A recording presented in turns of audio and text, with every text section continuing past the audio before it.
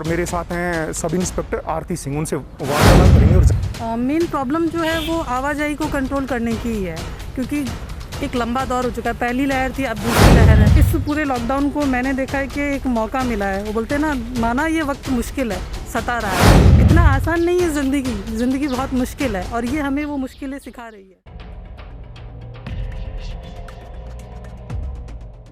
2 गज दूरी और मास्क भी जरूरी। नमस्कार, मैं वीर सिंह और आप देख रहे हैं DPK न्यूज़। कोरोना की दूसरी लहर है ये, और तमाम तरह के प्रयास केंद्र सरकार और राज्य सरकार कर रही है इससे निपटने के लिए। सबसे बड़ी परेशानी जो सामने आ रही है वो खाकी के सामने है। कारण साफ जाहिर है कि 24 घंटे चेहरे पे 2 मास्क पहनना पड़ता है, और इस 45 से 47 डिग्री टेम्परेचर में सड़क पे रह के ड्यूटी निभानी पड़ रही है। मेरे साथ है, मैं अभी मौके पे हूँ, और मेरे साथ हैं सब इंस्पेक्टर आरती सिंह, उनसे वार्तालाप करेंगे और जानेंगे कि वर्तमान में किन परिस्थितियों का सामना करना पड़ रहा है कि इस लॉकडाउन में जो जनता, ये कर्फ्यू है, ये लॉकडाउन लगा हुआ है, जन अनुशासन पखवाड़ा है, इसको लेकर कैसे क्या मैनेज कर रही हैं और किन किन समस्याओं का सामना करना पड़ रहा है। सबसे पहले तो मैडम आपका स्वागत करता हूँ। Thank you so much. इस लॉकडाउन में क्या क्या प्रॉब्लम्स का फेस करना पड़ा, क्योंकि फील्ड में आप ही हैं। एग्जैक्टली। मेन प्रॉब्लम जो है वो आवाजाही को कंट्रोल करने की ही है, क्योंकि एक लंबा दौर हो चुका है। पहली लहर थी, अब दूसरी लहर है, और इतने लंबे समय तक घर में बंधे रहना लोगों के लिए भी आसान नहीं है, हम खुद भी समझते हैं। तो उनकी जो मुश्किल है वो लगातार किसी न किसी बहाने से बाहर निकलने की कोशिश करते हैं। तो लोगों से यही रिक्वेस्ट है कि कोशिश करें जब तक कोई इमरजेंसी ना हो, क्योंकि जब वो बिना इमरजेंसी के किसी एक्सक्यूज़ से बाहर निकलते हैं तो जो रियल इमरजेंसी वाले लोग हैं उन्हें परेशानी होती है, उन्हें भी शक की नज़र से देखा जाता है। तो इतनी सी रिक्वेस्ट है कि जब बहुत इमरजेंसी हो तब निकलें। जेन्युइन रीज़न पुलिस को बताएं, पुलिस आपकी हेल्प के लिए, आपको परेशान करने के लिए नहीं है। हम एक अभी पिछले कुछ दिनों से देखने को मिला है, जैसे अभी कुछ ढील दी गई है लॉकडाउन में, इसको लेकर कुछ दुकानें तो ओपन हैं और कुछ बंद है। ऐसे में पुलिस के लिए बड़ा मुश्किल टफ टास्क है कि किस व्यक्ति को रोड पे आने दिया जाना चाहिए और किसको नहीं आने दिया चाहिए। इस चीज़ को लेकर कैसे मैनेज करने का कैसे क्या प्लानिंग है? इसके लिए डिपार्टमेंट हमेशा जैसे ही जिस डेट को डिक्लेयर होता है तो गाइडलाइंस हमारे पास टाइम से पहुंचा दी जाती है। हर थाने में मैसेज जाता है, PDF फाइल्स जाती हैं, हार्ड कॉपीज़ भी जाती हैं। उसमें क्लियर पॉइंट्स होते हैं कि इन लोगों को अलाउ करना है और इन्हें नहीं करना है। So we have clear message about it. जैसे मेडिकल से रिलेटेड है, या फिर जो चीज़ें ख़राब होने का रहता है, बेसिक नीड है। जैसे झींगा उत्पादन है, अब लोग सोचेंगे झींगा उत्पादन वालों को क्या ज़रूरत है, या फिर जो मछली पालन का कार्य कर रहे हैं उनको परमिशन है, जो लोडिंग अनलोडिंग का काम करते हैं उनको परमिशन है। वो इसलिए क्योंकि अगर वो उसे टाइम नहीं देंगे तो वो ख़राब हो जाएंगे। फ्रूट है, वेजिटेबल्स हैं, इनको अलाउ है। बेसिक नीड्स है, लोगों को डेली दूध चाहिए, दही चाहिए, किचन में जो सामान है वो चाहिए, तो इनको परमिशन है। हॉस्पिटल फैसिलिटी है, वैक्सीनेशन है, इनको परमिशन की ज़रूरत है, इनके बिना काम नहीं चल सकता। So they are allowed for that. मेरा एक सवाल है कि इस प्रकार की महामारी लगभग 100 साल में एक बार आती है, और ये अभी तक ये पहला ऐसा टास्क है पिछले साल भर से कि ये अलग प्रकार का एक्सपीरियंस है अपने आप में। तो आप इस अनुभव को कैसे देखते हैं? क्या कुछ आपको इस ऑब्जर्व करने की ज़रूरत है, और क्या कुछ इसमें नया कुछ आपको भी सीखने को मिला है? क्या कुछ नया है इसमें? वीर सिंह जी, मेरा एक एटीट्यूड है इंडिविजुअल। आप मेरा व्यू पूछ रहे हैं तो I try to take everything positively. इस पूरे लॉकडाउन को मैंने देखा है कि एक मौका मिला है। वो बोलते हैं ना, माना ये वक्त मुश्किल है, सता रहा है, लेकिन हमें ज़िंदगी में कैसे जीना ये भी तो सिखा रहा है। बिल्कुल। इतना आसान नहीं है ज़िंदगी बहुत मुश्किल है, और ये हमें वो मुश्किलें सिखा रही है कि कैसे उनको फेस करना है। ये 24 घंटे इसे लगा के घूमना आसान थोड़ी है। लेकिन ये जो फुर्सत मिली है, जैसे हमारे डिपार्टमेंट में काफ़ी सीनियर IPS हैं, he is like god to us, Dinesh MN sir. तो जब वो अपना टेन्योर जेल में कंप्लीट करके वापस आए थे, उन्होंने हमारा एक सेशन लिया था, नी सेड कि ये 7 साल जब मैं जेल में था ना, मैं मेरी जॉब में रहते हुए कभी इतना नहीं पढ़ सकता था छुट्टी लेकर जितना मैंने उन 7 सालों में किताबों को पढ़ा। तो इन द सेम मैनर ये आप पर और हम पर है कि हम इस वक्त को कैसे लेते हैं। मुश्किल है, आसान नहीं है, पर हम पर रहेगा कि हम इसको लेकर कैसे चलेंगे। एक बच्चा होता है हर इंसान के अंदर, कोशिश कीजिए उस बच्चे को आप ज़िंदा रखें, उसको फिर से जिए। आप नौकरी में की जद्दोजहद में कभी आपकी हॉबीज़ को पूरा नहीं कर पाएंगे।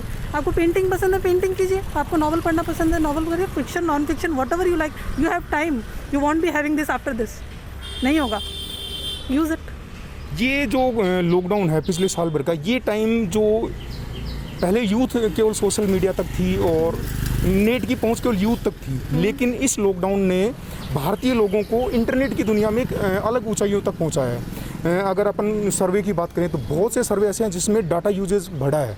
तो इस चीज़ को आप किस नज़र से देखते हैं? क्योंकि आज आने वाला समय टेक्नोलॉजी का है, अभी 4G है, 5G आ रहा है, टेस्टिंग वगैरह चल रही है, तो आने वाला जो टाइम है, राजीव गांधी जी इस दुनिया में लेके आए थे, तो उसको कैसे देखते हैं आप? राजीव गांधी जी के समय से हम टेक्निकली तो एडवांस थे ही। जितने भी टॉप आप एमएनसीज भी देखेंगे तो उनमें टॉप मोस्ट जो प्रोफेशनल्स हैं, इंजीनियर्स हो गए, डॉक्टर्स हो गए, वो इंडियन है। ये ब्रेन ड्रेन में सबसे बड़ी कमी मानती हूँ इंडिया की, जिस वजह से आज वो सब वहाँ है। सोशली वक्त के साथ चलना ज़रूरी है, वेदर इट्स टेक्निकली और सोशली। तो अब वक्त की सबसे बड़ी ज़रूरत है। आज जब लॉकडाउन लगा है तो कंपैरेटिवली जो क्लासेस थे जो बहुत अच्छे हैं मेरी नज़र में, अगर मैं मेरा पर्सनल व्यू दूँ तो वो उन कोचिंग से बहुत पीछे छूट गए जो उनके जितने बेहतर तो नहीं थे, पर उनसे 2 साल पहले टेक्निकल वर्ल्ड में आ गए थे, सोशल हो गए थे। यूट्यूब पे उनके चैनल्स हैं, they are working on that, तो वो उनसे काफ़ी आगे हैं आज। तो वक्त के साथ चलना ज़रूरी है, जो वक्त के साथ नहीं चलते वो खत्म हो जाते हैं। इसमें एक चीज़ और देखने को मिली, इस लॉकडाउन से पहले जो यूथ नेट डाटा यूज़ करती थी उसमें से 70 to 80% वेस्टेज होता था। वो यूट्यूब पे वेस्ट वीडियोस देखता था या फिर और कहीं पे सफरिंग करता था। लेकिन अब अपन इस हालातों की कंडीशन करें तो वो जो डाटा यूजेज है उसका पॉजिटिव थिंग्स में यूजेज ज़्यादा बढ़ा है। बिल्कुल बढ़ा है। मैं औरों की क्यों बात करूँ, मैं अपनी बात कर लेती हूँ। Even before this I was not active on social media this much, but after lockdown I started thinking about the students who want to prepare, जो तैयारी कर रहे हैं और उनके पास कोई ऑप्शन नहीं है। So I got active on YouTube and Instagram and I started taking motivational classes. जिन्हें स्ट्रेटजी समझ में नहीं आती, स्पेशली जो बच्चे फोर्स में आना चाहते हैं, कहाँ जाएँ वो इस दौर में, घर से तो निकल नहीं सकते। तो मेरी कोशिश रहती है कि उन्हें अगर कोई डाउट है, मैं चाहे शेड्यूल बहुत बिजी रहता है पर मैं कोशिश करती हूँ कि मैं मेरे पर्सनल टाइम में से ही चाहे टाइम निकालूँ, पर बच्चों को जो पढ़ाई से रिलेटेड डाउट्स हैं मैं उन्हें क्लियर करूँ। And I love to do it. Specially जब बच्चे किसी पर्टिकुलर टॉपिक को पूछते हैं तो मुझे अश्योर हो जाता है कि हाँ, इस बच्चे ने इस टॉपिक को पढ़ा है। मैं खुद करके समटाइम्स कॉल करके बच्चे को टॉपिक एक्सप्लेन करती हूँ। अब जब नेट का यूज़ करने लगे, ऑनलाइन सारा एजुकेशन हो गया, तो अपने गूगल के ऊपर इतना डाटा है, एक टॉपिक को लेकर बहुत से कंटेंट अवेलेबल हैं। अब स्टूडेंट उसमें कंफ्यूज हो जाता है कौन सा डाटा सही है, कौन से आंकड़े सही हैं और कौन से गलत हैं। इस चीज़ को लेकर आप एक स्टूडेंट्स को मोटिवेशन करते रहते हैं, उनको क्लास लेते हैं, तो ऐसे में उनको क्या कुछ सोचना चाहिए कि जो वो रीड कर रहे हैं, वो ऑब्जर्व कर रहे हैं, वो करेक्ट आंकड़े हैं या फिर करेक्ट जानकारी है? इसका कैसे क्या डिफाइन करें वो? जो नेट वर्ल्ड है इट्स एंडलेस। आज आपने एडिट कर दिया, मैंने एडिट कर दिया, दैट्स नॉट ऑथेंटिक, ये हम भी जानते हैं। तो हमें बेस बुक्स को तो लेकर चलना पड़ेगा, उनका कोई अल्टरनेटिव नहीं है। वीर सिंह जी, बुक्स आपको लेकर चलनी पड़ेंगी, लेकिन आपको किसी पर्टिकुलर टॉपिक पर डिटेल चाहिए तो इट्स एंडलेस वर्ल्ड। आपको जहाँ से चाहिए आप गूगल से ले सकते हैं, आप यूट्यूब से ले सकते हैं। और लोग कंटेंट क्रिएट करने में मेहनत कर रहे हैं। यूट्यूबर जितने भी हैं वो इतनी मेहनत कर रहे हैं कि वो उसमें कॉम्प्रोमाइज़ नहीं करते हैं। मैं सबकी गारंटी नहीं लेती, पर कुछ यूट्यूबर्स हैं वो बहुत अच्छे हैं। ऐसी कुछ क्लासेस हैं, they are doing really good. तो ये तो स्टूडेंट को कैलकुलेट करना आना चाहिए। आप जब कंपटीशन देकर एक ऑफिसर बनेंगे, आपके अंडर 50-60 लोगों का स्टाफ होगा, तो आपको पता होना चाहिए, कैलकुलेशन आनी चाहिए, क्या सही है क्या गलत है। अगर आप वो डिसाइड नहीं कर सकते तो फिर वहाँ तक जा कैसे पाएंगे। तो जो असल तैयारी होती है एक ऑफिसर बनने के बाद की, वो तैयारी के दौर से शुरू हो जाती है जब आप पढ़ते हैं। वो पेशेंस आपका, वो मेहनत आपकी, वो जजिंग आपकी, वो आपको उसी वक्त से तैयारी शुरू कर देनी है। आपको सीखना पड़ेगा कि कौन सही है कौन गलत है। हाँ, फिर भी पढ़ाई को लेकर किसी को डाउट है, स्पेशली फोर्सेस एग्जाम से, तो I am right there. Students can ping me, can message me directly कि मैम ये प्रॉब्लम है, PSI से रिलेटेड हमें इस सब्जेक्ट में दिक्कत है। स्पेशली 2 पेपर होते हैं सब इंस्पेक्टर में, एक GK GS का होता है और एक फर्स्ट पेपर हिंदी का होता है। दारोमदार ज़्यादा हिंदी पे होता है। तो बच्चों को GK GS और हिंदी से रिलेटेड कोई डाउट है, या सब इंस्पेक्टर के फिजिकल से रिलेटेड कोई डाउट है, इंटरव्यू से related, most of RPSC exams का सिमिलर पैटर्न है, बेस उनका सेम होता है। कॉन्स्टिट्यूशन है, हिस्ट्री है, पॉलिटिकल साइंस है, वो उसका कुछ नहीं बदलेगा। इंडिया का जो डेट GK उसका कुछ नहीं बदलेगा। तो वो बेस है, उसको आप स्ट्रॉन्ग करते रहिए and go for any exam. अभी आने वाले अभी कुछ लॉकडाउन की वजह से परीक्षाएं बहुत सी टल गई है। अब वो कब होंगी, जब वो तो गवर्नमेंट डिसाइड करेगी। लेकिन उसको लेके क्योंकि कंपटीशन अब टाइम मिल रहा है, तो हर व्यक्ति हर स्टूडेंट अपना स्ट्रॉन्ग रूप से तैयार हो रहा है। तो ऐसे में उस टफ कंपटीशन होने वाला है, तो ऐसे में स्टूडेंट्स को क्या कुछ प्रिपरेशन करना चाहिए ताकि वो टफ कंपटीशन को क्वालिफाई कर जाए? मैं यहाँ थोड़ी सी डिसएग्री हूँ आपसे कि कंपटीशन टफ नहीं होने वाला है। असल में जब एक एग्ज़ाम के फॉर्म भरे जाते हैं, कुछ एग्ज़ाम में 12 लाख फॉर्म होते हैं, कुछ में जैसे हमारे वक्त की बात करें तो 5-6 लाख भरे जाते थे। अब सब इंस्पेक्टर के एग्ज़ाम हो रहे हैं, उसमें 8-9 लाख तक फॉर्म भरे जाते हैं।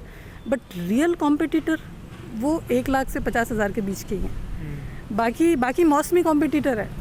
जो फॉर्म भर रहे हैं एग्ज़ाम भी देंगे, कुछ नहीं देंगे, नहीं तो एग्ज़ाम जब होती है तो आधे एग्ज़ाम सेंटर खाली नहीं होते। तो कंपटीशन टफ उनके लिए जो असल में तैयारी कर रहे हैं। नहीं पढ़ने वाले के लिए कुछ भी मुश्किल नहीं होता, सिलेबस वो बोलता है हाँ हो जाएगा। जो पढ़ता है उसको पता होता है कि सिलेबस सागर है, ये अंतहीन है, पढ़ते रहना है। तो जिन्हें असल में सिलेक्ट होना है, ज़िंदगी में कुछ बनना है, उनके लिए ये बेस्ट टाइम है पढ़ने का। जिस दिन डेट डिक्लेयर हो जाएगी कि हाँ 1 महीने बाद एग्ज़ाम है, उस दिन तो दुनिया पढ़ने के लिए भागेगी। आपको खुद को उनसे बेहतर साबित करना है ना, आपको क्यों चयन किया जाए। तो आप उनसे बेहतर तब होंगे जब आप आज भी पढ़ते रहेंगे। और पढ़ाई के लिए सबसे इम्पॉर्टेंट जो की वर्ड है वो मेरा मानना है कंसिस्टेंसी। अगर पढ़ाई में कंसिस्टेंसी नहीं है, you will go nowhere in study. आज मेरा मन कर रहा है कि मैं मोटिवेटेड हूँ कि आज मैंने मैडम की क्लास ली है, मैडम सही कहते हैं कि मैं पढ़ूंगी तो मैं मेरी फैमिली की, मेरे पेरेंट की, बच्चों की, सबकी लाइफ बदल दूंगी, मैं पढ़ के रहूँगी। आज मैंने रात भर पढ़ाई करी, 12 घंटे, सुबह के 5 बज गए, अगले दिन हम उठे ही नहीं। वो पढ़ाई कहीं नहीं लेके जाएगी। पढ़ना है तो 2 घंटे पढ़ो, पर रोज़ पढ़ो। अभी स्टूडेंट से और कोविड से रिलेटेड बात कर ली। अब मैं आपसे मेरा अगला सवाल ये है कि आप कहाँ से इंस्पायर हैं? पढ़ाई को लेकर अगर इंस्पिरेशन की बात करते हैं तो मैं मेरे फादर से इंस्पायर हूँ। इवन 2 दिन पहले भी जब मैं पढ़ रही थी, आई वॉज रीडिंग, मुझे आज भी पढ़ना अच्छा लगता है। मैं सोचती हूँ शायद ये मुझे उन्हीं से मिला है। वो मेरे पास आए, बैठे थे, कॉन्स्टिट्यूशन की बुक रखी थी। He took that and started reading it for a while and later he started asking questions to me कि ये पढ़ रही थी ना। उन्हें ही गॉट रिटायर 3 years बैक, वो भी पुलिस में ही थे। मेरी बड़ी सिस्टर है, she is also an inspector, Rajasthan police में इंस्पेक्टर है वो, मेरी सीनियर है एक बैच। तो मेरे फादर आज भी पढ़ना इतना पसंद करते हैं, he keeps on writing, keep on reading. तो ये मैंने उनसे सीखा और बहुत छोटी उम्र में मुझे उन्होंने वो आदत डाल दी कि वो जाती नहीं है। मैं आज भी फ्री होती हूँ तो मुझे लगता है मैं कुछ नया पढ़ लूँ या कुछ नया सीख लूँ। ये तो सरस्वती का आशीर्वाद है। मैम एक चीज़ और, जैसे सिविल सर्विसेज हैं या फिर अपन पुलिसिंग को ले लें, तो पुलिस को अपने आप में डिफाइन एक्स्ट्रा ऑर्डिनरी कैसे बनाती है कि जो RAS वगैरह क्वालिफाई कर जाते हैं उनसे ज़्यादा डिफाइन अलग क्यों बनाती है? लोग एक पुलिस को शक की दृष्टि से देखते हैं, जबकि एक जो सिविल सर्विस में होता है उसको बिल्कुल शक की दृष्टि से नहीं। तो इस मोमेंट को चेंज करने के लिए आज की जो पुलिसिंग को क्या करना चाहिए? क्योंकि बहुत कुछ परिवर्तन हो रहा है, लोगों में बदलाव आए हैं। आज आम आदमी IPC जानने लग गया, पहले नहीं था, कोई IPC का किसी को जानकारी नहीं थी, आज जानने लगे। तो और इसमें जागृति लाने के लिए अपने को ऐसे कुछ क्या प्रयास करने चाहिए कि लोगों में और भी ज़्यादा पुलिस के प्रति जो उनका व्यवहार है वो बदले? इसका पहले तो अपन रीज़न डिस्कस कर लेते हैं कि लोगों का पुलिस को लेकर ऐसा नज़रिया क्यों है। पुलिस का नज़र को लेकर लोगों का नज़रिया होने की सबसे बड़ी वजह है ब्रिटिश टाइम। पुलिस की जो शुरुआत हुई थी ना, वो ब्रिटिशर्स ने की थी। क्यों की थी? इंडियंस को कंट्रोल करने के लिए। तो इंडियन को कंट्रोल करेंगे तो उसके लिए उन्हें शक्ति की ज़रूरत थी। उन्हें ये थोड़ी मतलब था कि ये हमारे लोग हैं। तो वो जो शक्ति है, वो शक्ति की सोच है, वो साल दर साल बढ़ती गई, पुलिस रिजिड होती गई। कहीं ना कहीं एक सोच ये भी है कि ट्रांसपेरेंसी होगी तो हम कमज़ोर हो जाएंगे। फिर RTI आया और उसने दुनिया बदल दी। RTI के बाद में सब कुछ ट्रांसपेरेंट है। और वक्त के साथ, मैंने कुछ देर पहले कहा कि वक्त के साथ ढलना ज़रूरी है। अगर हवा के फ्लो के साथ में पेड़ पौधे झुकेंगे नहीं ना, तो वो ख़त्म हो जाएंगे जब तूफान आएगा। वक्त के साथ हमें चलना पड़ेगा। सेम पुलिस का है। और पिछली जो पहली लहर आई थी उसमें काफ़ी हद तक लोगों ने पुलिस की वास्तविकता को समझा है। हमारी कोशिश रहती है हम पीपल फ्रेंडली पुलिसिंग करें। अब कोई झूठा बहाना बना के जा रहा है तो हमारी जिम्मेदारी है, हम सख्ती नहीं करेंगे तो कैसे संभालेंगे। लेकिन अगर कोई जेन्युइन जा रहा है तो हम हमारा काम छोड़ के भी उसको छोड़ने के लिए जाएंगे। We are those people. Police को लेके हर इंसान का अलग एक्सपीरियंस है, तो जैसा होगा तो वैसा उसकी सोच बनेगी। हम कोशिश करते हैं सब हमसे जब मिले एक अच्छा एक्सपीरियंस लेके जाएं। लाइक मुझे काफ़ी स्टूडेंट्स कहते हैं मैडम वी नेवर न्यू कि पुलिस वाले मुस्कुराते भी हैं। So it's little like that. Police है जो अपना कर्तव्य निभाती है, लेकिन कई बार क्या होता है पुलिस को अनेक परेशानियों का सामना करना पड़ता है कि कई बार ऐसा सिचुएशन क्रिएट हो जाती है, शक्ति भी दिखानी पड़ती है, तो वहीं फिर मानवाधिकार आड़े आ जाता है।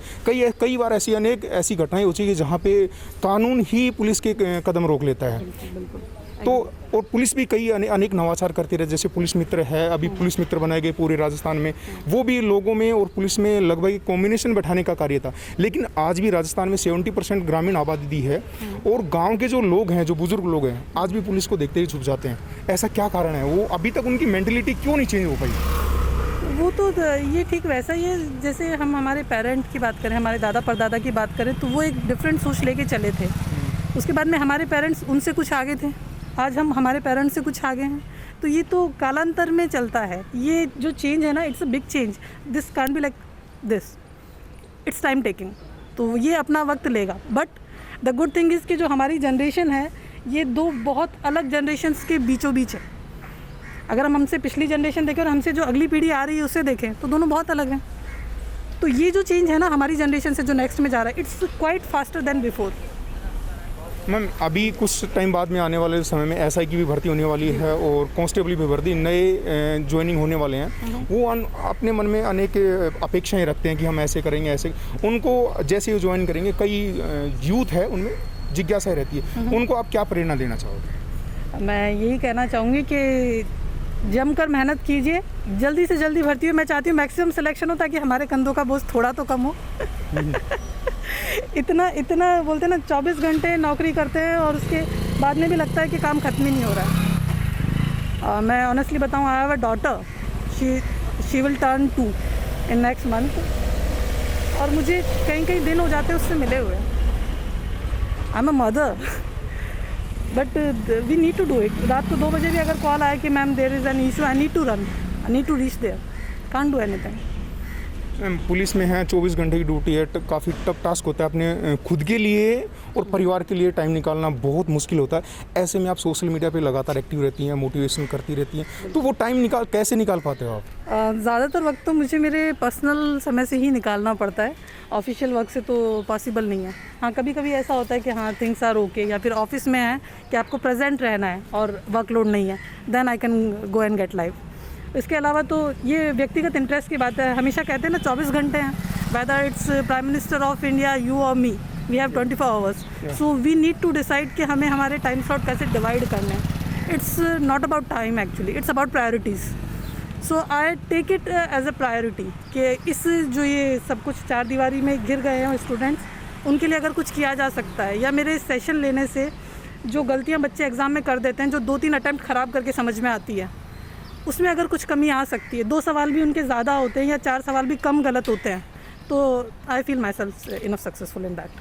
प्रेजेंट में आप सोशल मीडिया को किस नज़र से देखती हैं कि क्या जो यूथ है उसके लिए पॉजिटिव है, या फिर जो पहले एक टाइम था जब फेसबुक को बकवास माना जाता था, आज वो क्या कंटेंट में चेंजमेंट हुआ है, लोगों की थिंकिंग मेंटलिटी में चेंजमेंट हुआ है? चेंज आया है, पीपल आर टेकिंग पॉजिटिवली। अगर ऐसा नहीं होता तो यूट्यूब, फेसबुक, इंस्टाग्राम ये सीखने के ज़रिए कभी नहीं बन पाते, पर आज लोग एज अ प्रोफेशन उसे कर रहे हैं। जो यूज़लेस हैं उनकी तो मैं नहीं कहती हूँ, जो अननेसेसरी डाल रहे हैं just for the following, I am not talking, लेकिन जो लोग अच्छा काम कर रहे हैं और अच्छा कंटेंट क्रिएट कर रहे हैं जिससे 10 लोगों को फ़ायदा मिल रहा है, तो कहीं ना कहीं वो इसका पॉजिटिव इम्पैक्ट ही है। ये थे मेरे साथ आरती Singh, sub inspector Nahargarh police थाना। उनसे हमने जाना कि लॉकडाउन में पुलिस को लेकर पुलिस को सामने क्या कुछ समस्याएं आती हैं। वहीं इन्होंने अपने पर्सनल के बारे में बताया कि आज आने वाले जो टाइम में एसआई के, कांस्टेबल के, इनके जो एग्ज़ाम आ रहे हैं उनको लेकर स्टूडेंट्स को किस प्रकार से कैसे क्या तैयारी करनी है और कैसे क्या अपने एग्ज़ाम क्वालिफाई करना है, क्योंकि ये जो फ्री टाइम है इसको मोस्टली यूज़ किया जाएगा अपनी स्टडी के तौर पर। अगर उन स्टूडेंट्स को कोई भी समस्या आती है तो मैडम से कभी भी वो संपर्क कर सकते हैं, उनके लिए सदैव मैडम तैयार हैं। कैमरामैन मनोज यादव के साथ मैं वीर सिंह, जयपुर। और मेरे साथ हैं सब इंस्पेक्टर आरती सिंह, उनसे वार्तालाप करेंगे। मेन प्रॉब्लम जो है वो आवाजाही को कंट्रोल करने की ही है, क्योंकि एक लंबा दौर हो चुका है। पहली लहर थी, अब दूसरी लहर है। इस पूरे लॉकडाउन को मैंने देखा है कि एक मौका मिला है। वो बोलते हैं ना, माना ये वक्त मुश्किल है, सता रहा है, इतना आसान नहीं है ज़िंदगी बहुत मुश्किल है, और ये हमें वो मुश्किलें सिखा रही है।